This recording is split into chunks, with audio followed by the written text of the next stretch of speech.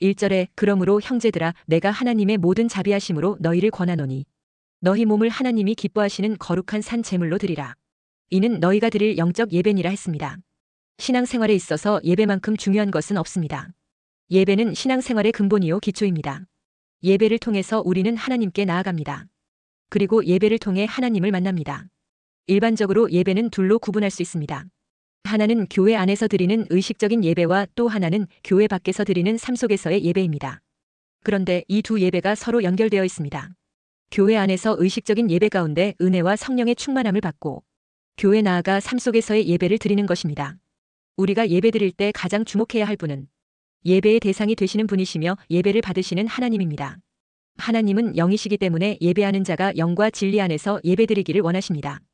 그런데 우리는 정해진 시간에 그저 예배 의식만 잘하면 하나님이 기뻐하시는 줄로 알고 있습니다. 그러나 그런 것이 아닙니다. 그 의식적인 예배가 삶 속에서의 예배로 연결되지 않으면 하나님은 우리의 예배를 기뻐 받으시지 않습니다. 그런 행태가 계속 반복되면 하나님은 오히려 분노하시는 것입니다. 인류의 조상 아담의 큰아들이었던 가인의 제사가 그랬습니다. 가인이 의식적인 예배는 잘 드렸는지 몰라도 문제는 삶 속에서의 예배가 엉망이었습니다. 그래서 하나님은 이렇게 지적했습니다. 창세기 4장 7절에 내가 선을 행하면 어찌 낯을 들지 못하겠느냐. 선을 행하지 아니하면 죄가 문에 엎드려 있느니라. 죄가 너를 원하나 너는 죄를 다스릴지니라 했습니다. 가인이 삶 속에서 선을 행하지 아니하므로 예배에 실패하고 있음을 알 수 있습니다. 불의와 악으로 인해 삶 속에서의 예배를 실패한 자들이 성전에 나아가 매일같이 무수한 재물을 가지고 웅장한 예배를 드렸지만 하나님은 기쁘시게 받지 않으시고 도리어 분노하셨습니다. 그것이 바로 이사야 선지자를 통하여 하나님은 당시 성전에 나아오는 자들을 책망하셨던 것입니다. 이사야 1장 11절에서 13절에 여호와께서 말씀하시되 너희의 무수한 재물이 내게 무엇이 유익하뇨. 나는 순양의 번제와 살진 짐승의 기름에 배불렀고 나는 수송아지나 어린 양이나 수염소의 피를 기뻐하지 아니하노라. 너희가 내 앞에 보이러 오니 이것을 누가 너희에게 요구하였느냐. 내 마당만 밟을 뿐이니라. 헛된 재물을 다시 가져오지 말라. 분향은 내가 가증히 여기는 바요. 월삭과 안식일과 대회로 모이는 것도 그러하니 성회와 아울러 악을 행하는 것을 내가 견디지 못하겠노라 했습니다. 이스라엘 백성들이 하나님께 나아가 예배를 드리기는 드리는데 하나님이 기뻐할 수 없는 예배를 드리고 있었다는 것입니다. 본인들은 그것이 하나님께 드려진다고 여기며 나아왔지만 하나님이 보시기에는 전혀 아니었던 것입니다. 이런 예배 실패 현상은 이사야 시대에만 있었던 일이 아닙니다. 예수님 당시에도 그랬습니다. 예수님 당시 수많은 사람들이 예루살렘 성전에 나와 수많은 예배를 드렸지만 그 예배 역시 하나님께서 받지 않으시는 예배였다는 것입니다. 그래서 예수님은 이렇게 말씀하셨습니다. 요한복음 4장 23절에 아버지께 참되게 예배하는 자들은 영과 진리로 예배할 때가 오나니 곧 이때라. 아버지께서는 자기에게 이렇게 예배하는 자들을 찾으시느니라 했습니다. 왜 하나님은 참되게 예배하는 자들을 찾으셨습니까? 그것은 삶 속에서의 예배가 없었기 때문입니다. 하나님을 주목하지 않고 다만 예배 형식에만 의미를 두고 예배를 드렸기 때문입니다. 예배 의식 그 자체가 중요하다고 여겼던 것입니다. 예배 의식 이전에 성령의 감동이 있고 그래서 진리 가운데 서서 믿음의 삶이 살아있는 자로서의 예배를 하나님은 가다렸던 것입니다. 그래서 예수님은 영과 진리로 예배하는 것을 말씀하신 것입니다. 요한복음 4장 24절에 하나님은 영이시니 예배하는 자가 영과 진리로 예배할지니라 했습니다. 이 말씀은 예수님이 사마리아 수가성 우물가에서 사마리아 여인과의 대화 중에 하신 말씀입니다. 대화 중에 여인이 예배의 장소 문제를 제기했습니다. 요한복음 4장 20절에 우리 조상들은 이 산에서 예배하였는데 당신들의 말은 예배할 곳이 예루살렘에 있다 하더이다 했습니다. 사마리아인들은 북이스라엘이 멸망한 이후에 예루살렘 성전 대신에 그들 지역에 있는 그리심산에서 예배했습니다. 그러니까 사마리아인들은 예루살렘이 아니라 그리심산이 하나님이 택하신 예배 장소라고 주장했습니다. 그 근거로 삼은 것은 모세가 그리심산을 축복의 산, 에발산을 저주의 산으로 상징하여 경계의 말씀을 주신 것에 있었습니다. 그런데 사마리아인들은 이것을 오해하여 그리심을 하나님께서 복주시는 장소요, 하나님께 예배드릴 장소라고 해석했던 것입니다. 그리고 사마리아인들은 아브라함과 야곱이 이 지역에서 제단을 쌓았다는 점을 강조했습니다. 아브라함은 세겜 근처 모래 상수리 나무 곁에서 제단을 쌓았고 야곱은 세겜 근처에서 땅을 사고 제단을 쌓았습니다. 이 세겜은 바로 그리심산과 에발산 사이에 위치해 있습니다. 사마리아인들은 조상들이 제단을 쌓은 곳이 그리심산이므로 그곳이 참된 예배 장소라고 주장했습니다.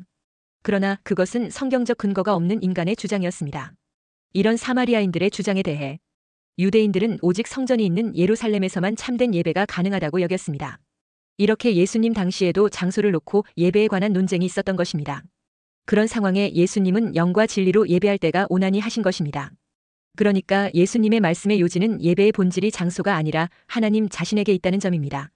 그리고 그런 예배의 새 시대가 예수 그리스도를 통해 열려졌다는 것입니다. 그리고 여기서 영과 진리로 예배한다는 것은 율법의 제사 제도가 아닌 성령의 임재 가운데 하나님과의 인격적 교제 중심의 예배라는 말이요. 동시에 진리 되신 예수님 안에서 예배 드려야 한다는 것을 말씀하신 것입니다. 예수님 당시의 유대인들의 예배는 많은 문제를 안고 있었습니다. 그들이 성전 제사와 규례를 지키며 외형적으로는 완벽했지만 마음은 하나님과 멀어져 있었습니다.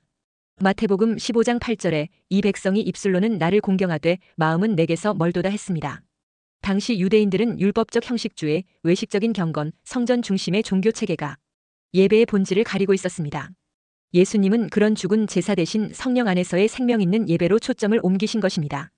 예수님은 진정한 예배란 장소나 형식에 있는 것이 아니라 하나님을 향한 마음과 진리에 있다는 것을 선포하셨습니다. 이는 구약의 제사 제도를 넘어서는 새로운 예배의 시대, 즉 성령과 복음의 시대가 도래했음을 의미합니다. 하나님은 지금도 그렇게 예배하는 자들을 찾고 계시는 것입니다.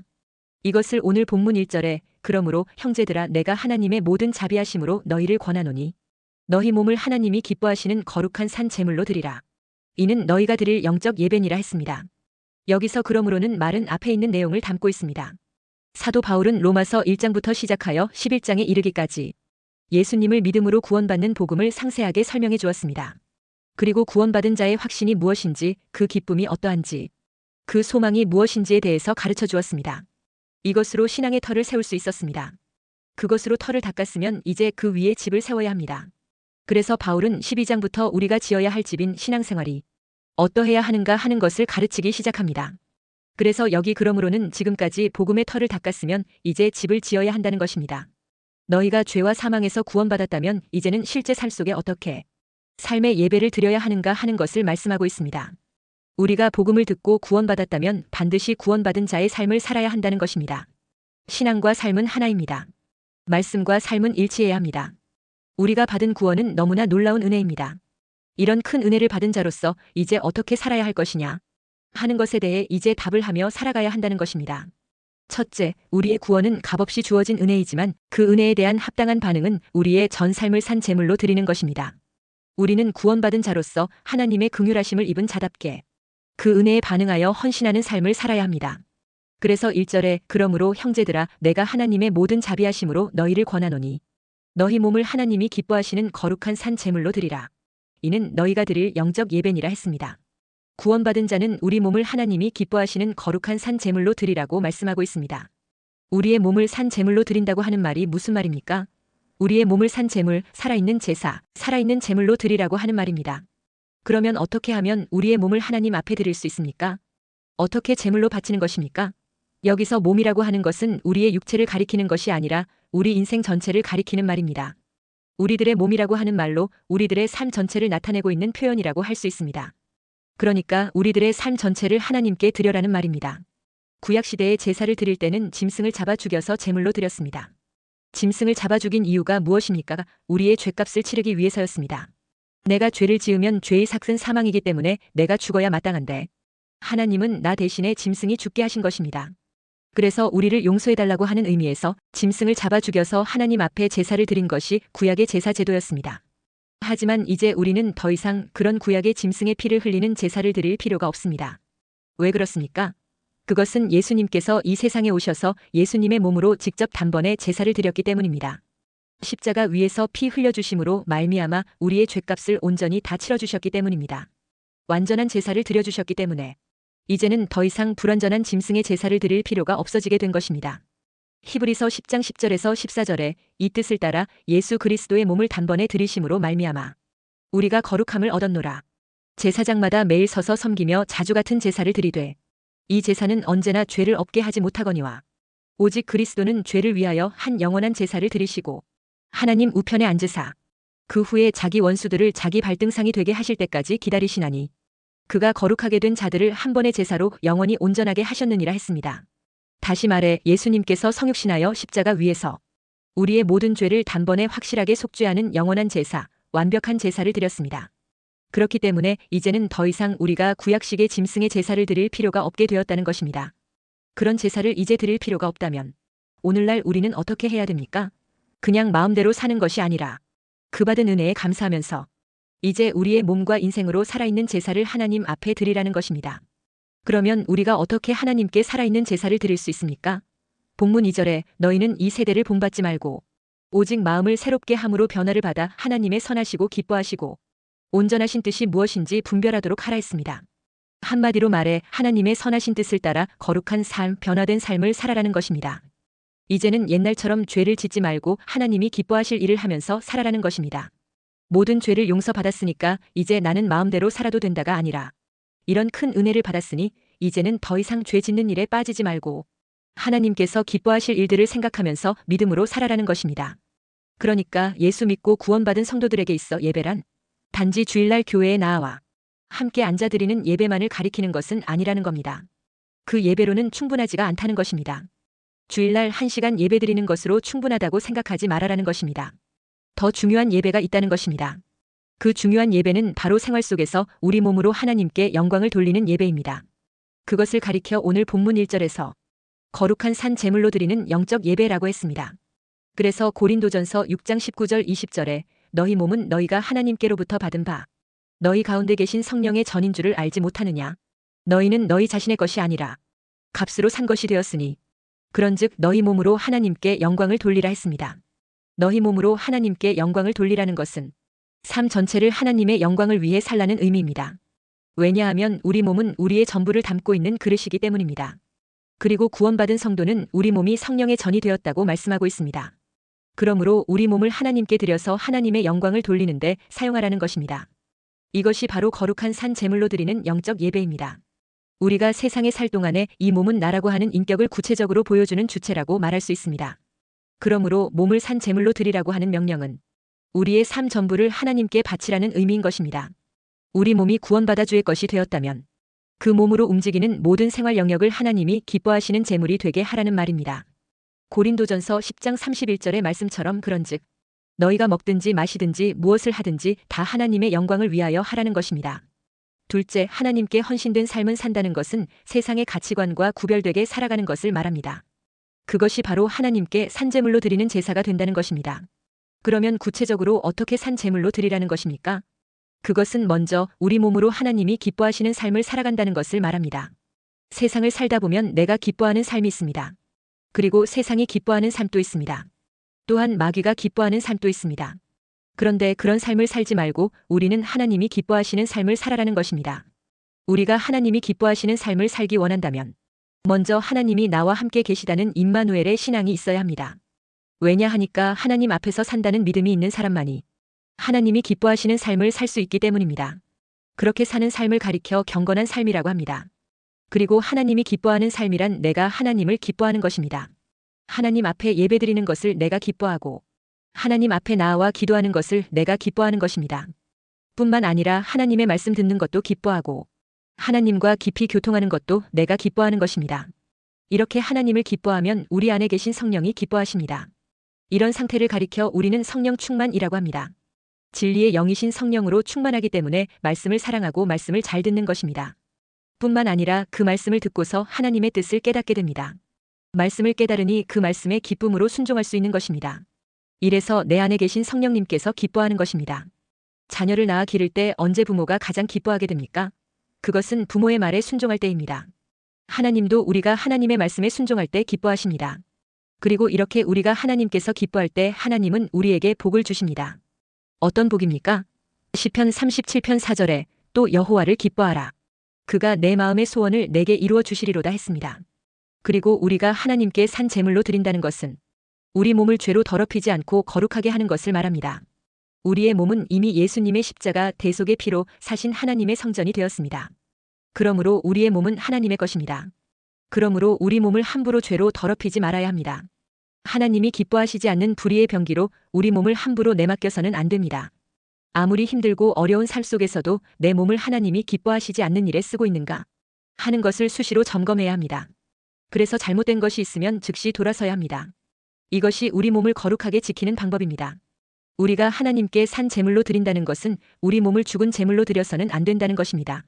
다시 말해 우리 몸을 살아있는 제물, 숨을 쉬는 제물, 생명이 있는 제물이 되도록 가꾸어 나가야 합니다. 예배가 살아있고 찬송과 기도가 살아있는 예배. 삶 속에 하나님의 영이 살아 역사하는 예배가 진정한 예배입니다. 우리 안에 진정한 생명은 오직 예수 그리스도이십니다. 예수 그리스도가 나를 통해서 살아 역사하시는 삶이 바로 거룩한 산 제물입니다. 우리의 몸에 생명이신 예수 그리스도가 충만하게 드러날 수 있도록 해야 합니다. 우리에게 생명의 역사, 살려주는 역사가 있어야 한다는 것입니다. 그것이 산제사입니다. 죽은 제사는 변화가 없습니다. 감동이 없습니다. 기쁨이 없습니다. 감사가 없습니다. 찬송이 없습니다. 그저 의식만 남아있는 예배입니다. 그러므로 나의 삶이 살아있는 신앙이 산제물이 되는 예배자가 되어야 합니다. 그러려면 내가 기뻐하는 삶, 세상이 기뻐하는 삶, 마귀가 기뻐하는 삶이 아니라 하나님이 기뻐하시는 삶을 살아라는 것입니다. 그렇게 하나님이 기뻐하시는 삶을 살기 위해서는 먼저 하나님의 말씀을 잘 듣고 믿고 순종하는 것입니다. 이미 그런 삶을 살도록 기대하시면서 하나님은 내 몸을 성전 삼으시고 내 안에 임재해 계시는 것입니다. 그리고 삶이 진정으로 산제물이 되는 삶을 위해서는 우리 몸을 거룩하게 해야 합니다. 내 몸을 하나님이 기뻐하시지 않는 불의의 병기로 함부로 내맡겨서는 안 됩니다. 셋째, 구원받은 자의 구별된 삶이란 하나님의 뜻을 분별할 수 있는 말씀에 대한 지식과 함께 순종으로 이어지는 믿음을 말합니다. 2절에 너희는 이 세대를 본받지 말고 오직 마음을 새롭게 함으로 변화를 받아 하나님의 선하시고 기뻐하시고 온전하신 뜻이 무엇인지 분별하도록 하라 했습니다. 마음이 새로워질 때 하나님의 뜻을 분별할 수 있는 영적 통찰력이 생깁니다. 분별은 단순한 지식이 아니라 순종으로 이어지는 실천적 믿음을 포함합니다. 하나님의 뜻은 언제나 선하시고 기뻐하시고 온전하신 뜻입니다. 사도행전 16장에서 바울은 성령의 인도하심에 따라 마게도냐로 향하게 되었습니다. 창세기 6장에서 노아가 하나님의 뜻에 순종하여 방주를 지었습니다. 이 세대를 본받지 말라 했는데 왜 하나님께서 이 세대를 본받지 말라고 했습니까? 오늘 본문의 이 세대가 이 말씀을 기록할 당시의 세대뿐만 아니라 오늘을 살아가고 있는 우리들이 사는 이 세대를 뜻하고 있습니다. 오늘 이 세대는 무관심과 자기중심의 세대입니다. 마태복음 11장 16절 17절에 이 세대를 무엇으로 비유할까? 비유하건대 아이들이 장터에 앉아 제 동물을 불러 이르되 우리가 너희를 향하여 피리를 불어도 너희가 춤추지 않고 우리가 슬피 울어도 너희가 가슴을 치지 아니하였다 함과 같도다 했습니다. 예수님은 이 세대를 장터에서 버리는 아이들의 놀이극으로 잔치집이나 초상집과 같다고 말씀하셨습니다. 그 아이들은 서로에게 왜 피리를 불어도 춤추지 않느냐, 왜 슬피 울어도 가슴을 치지 않느냐고 하는 것입니다. 이들은 서로에게 무관심하다는 것입니다. 무관심은 자기 중심의 사람들이 가지는 특성입니다. 자기만 알고 이웃에 대해서는 나 몰라라 하는 것입니다. 자신의 기쁨만 알지 이웃의 슬픔에 대해서는 무관심한 것입니다. 자기의 슬픔만 알지 이웃의 기쁨에 대해서는 무관심한 것입니다. 그러나 놀라운 것은 그러면서도 서로를 향하여 내가 어찌 그럴 수 있느냐고 원망한다는 것입니다. 서로가 자신들이 자기 중심의 이기심으로 가득 차 있음을 깨닫지 못하는 것입니다. 그래서 더욱 서로를 원망하며 멀어지고 무관심해지는 것입니다. 이 세대의 무관심으로 인해 오늘날 이웃이 사라지고 있습니다. 이웃사촌이라는 말은 옛말이 되었고 이웃에 누가 사는지도 알지 못하는 이들이 한 마을을 이루고 한 아파트의 같은 동을 이루고 있습니다. 우리 성도들은 이런 무관심과 자기 중심의 세대를 본받지 말고 이웃을 내 몸과 같이 사랑하라는 주의 말씀에 순종하는 삶을 살아야 하는 것입니다. 그리고 우리가 본받지 말아야 할 이 세대는 악하고 음란한 세대입니다. 마태복음 12장 39절에 예수께서 대답하여 이르시되 악하고 음란한 세대가 표적을 구하나 선지자 요나의 표적 밖에는 보일 표적이 없느니라 했습니다. 서기관들과 바리새인들을 향하여 악하고 음란한 세대라고 했습니다. 이 악하고 음란한 세대가 표적을 구한다고 했습니다. 이 표적을 구하는 자들이 바로 유대인들입니다. 오늘 이 말세를 예수님은 롯의 때와 같이 악하고 음란한 세대가 될 것이라고 했습니다. 누가복음 17장 28절에 또 롯의 때와 같으리니 사람들이 먹고 마시고 사고 팔고 심고 집을 짓더니 했습니다.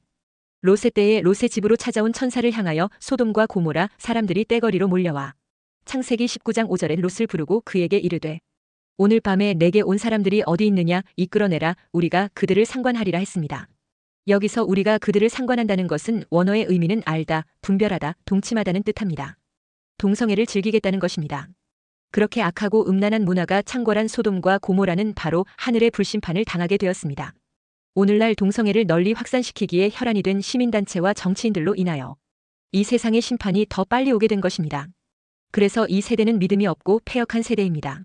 마태복음 17장 17절에 예수께서 대답하여 이르시되 믿음이 없고 패역한 세대여 내가 얼마나 너희와 함께 있으며 얼마나 너희에게 참으리요. 그를 이리로 데려오라 하시니라 했습니다. 믿음이 없고 패역하다는 말은 도덕적으로 부패하다는 뜻입니다. 결국 이들은 믿음이 없는 자로 하나님이 없는 사람들이요. 자기가 전부이고 자기가 하고 싶은 대로 행하면서 그것이 죄인 줄도 모르고 죄 가운데 살아가는 부패한 자들을 말합니다. 그리고 이 세대는 빌립보서 2장 15절에 이는 너희가 흠이 없고 순전하여 어그러지고 거스르는 세대 가운데서 하나님의 흠없는 자녀로 세상에서 그들 가운데 빛들로 나타내며 했습니다. 어그러지고 거스리는 세대라고 했습니다. 여기서 어그러지고는 구분, 삐뚤어진, 심술궂은, 고집센, 까다로운 것을 뜻합니다. 또한 거스리는 것은 패역한이란 말과 같은 단어로 왜곡하다, 잘못 해석하다, 부패하다, 돌아서다는 뜻입니다. 결국 삐뚤어지고 심술궂고 고집스러운 마음으로 하나님의 뜻을 왜곡하고 거역하는 세대를 말합니다. 이런 세대를 본받지 말고 하나님의 자녀로 세상 가운데 빛을 비추어 하나님께 영광을 돌리라는 말씀입니다. 하나님께 돌려져야 할 영광을 자기 자신이 차지하고 하나님과 같이 높아지려고 하는 자기 중심적 죄성을 버리라는 것입니다. 이런 성향은 자신을 우상으로 만드는 죄입니다. 이렇게 어그러지고 거스리는 세대에서 하나님의 사람들은 세상의 흐름과 반대로 살아갑니다. 그들은 자기를 부인하고 자기 십자가를 지고 예수님을 따라가는 사람들입니다. 이처럼 이 말세의 세대에 어그러지고 거스리는 세대의 정체를 바로 알고 하나님 앞에 바로 서서 세상을 거슬러 믿음의 주인이신 예수님만을 따라가는 믿음의 사람으로 살게 되시기를 주의 이름으로 축원합니다.